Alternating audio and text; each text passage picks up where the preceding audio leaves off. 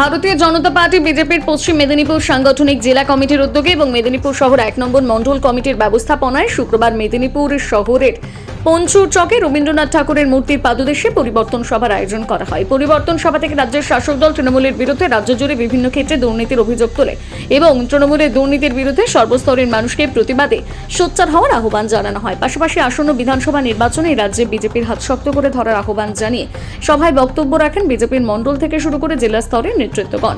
উপস্থিত ছিলেন মেদিনীপুর জেলা বিজেপি সহ সভাপতি ডাক্তার শঙ্কর কোছাইত, শুভজিৎ রায়, চন্দন ঘোষ, রবিক চক্রবর্তী সহ বহু বিজেপি নেতাকর্মী।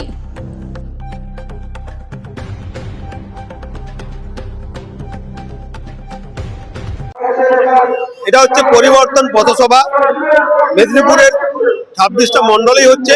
এখানে মেদিনীপুর মন্ডল 1-এর নেতৃত্বে পঞ্চুচক এলাকায় হচ্ছে। সারা পশ্চিমবঙ্গের মানুষ আজকে বিতশ্রদ্ধ হয়েছে, তৃণমূল কংগ্রেসের দ্বারা লাঞ্ছিত, বঞ্চিত, অবহেলিত হয়েছে। সেই জন্য পরিবর্তন হচ্ছে মানুষের পরিবর্তন, তৃণমূলের থেকে নিষ্কৃতির পরিবর্তন।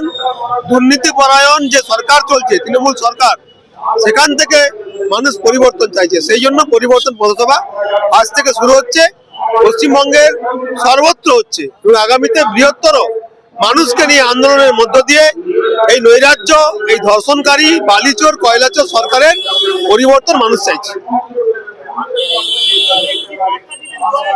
বার্তা একটাই, মানুষ চাইছে পরিত্রাণ।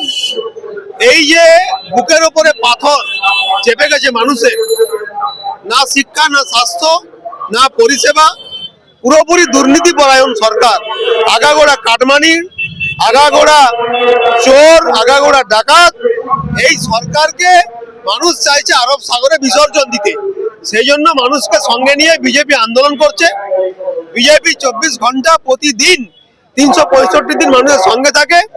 আজ পঞ্চুচক থেকে মেদিনীপুর শহরের পরিবর্তনের যে যাত্রা, সেটা শুরু হয়ে গেল।